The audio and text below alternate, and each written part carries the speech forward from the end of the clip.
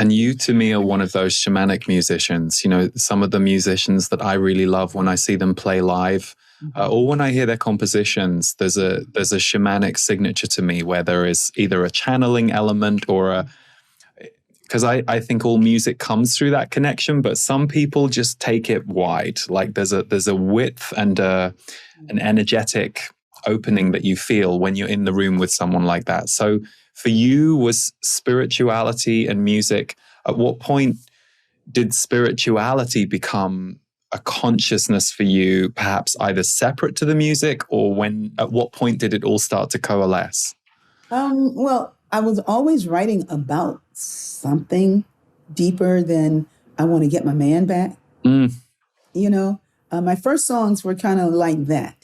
But I was 19. And by the time I hit 20, 21, I cared about the world and what was happening in the world. But I was newly married, and I got married very quickly, very impetuously, and just too fast.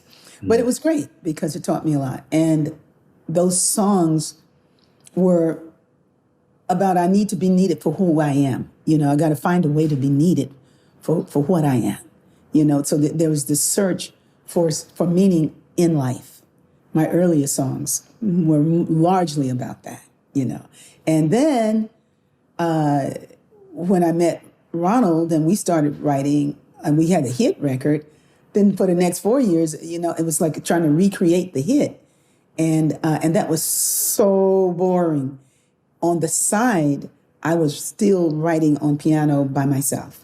And those songs were about, still about love, but more than shallow love.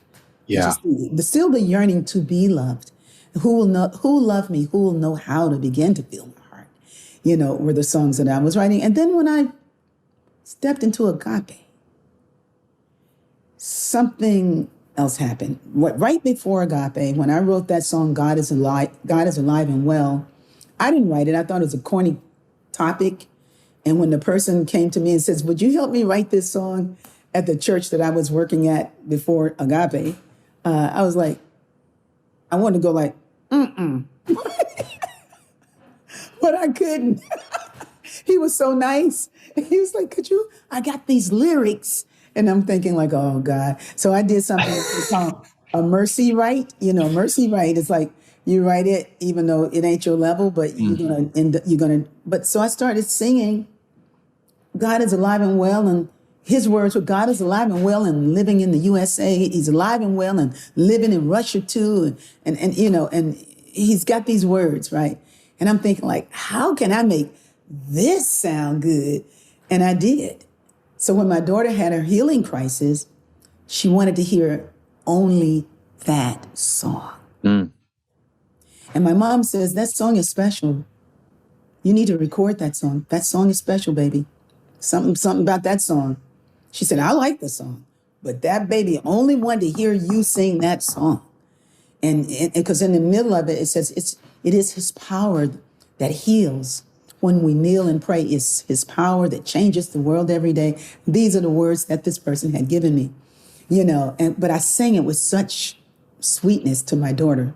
That's the only one that she wanted to hear. She couldn't even talk. And I was like, well, you want to hear row, row, row your boat? And then she, you know, because even then she was a genius. You know, so then she was like, you know, so I said, God's alive and well. And because I thought she grunted something, and I'm thinking like, what is she saying?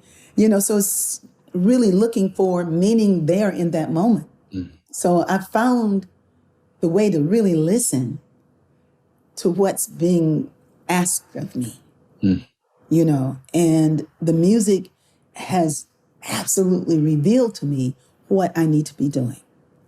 And that all the songs that I wrote before the spiritual alignment more deeply, because I think it was all spiritual. I think growing up emotionally is as important as learning how to meditate.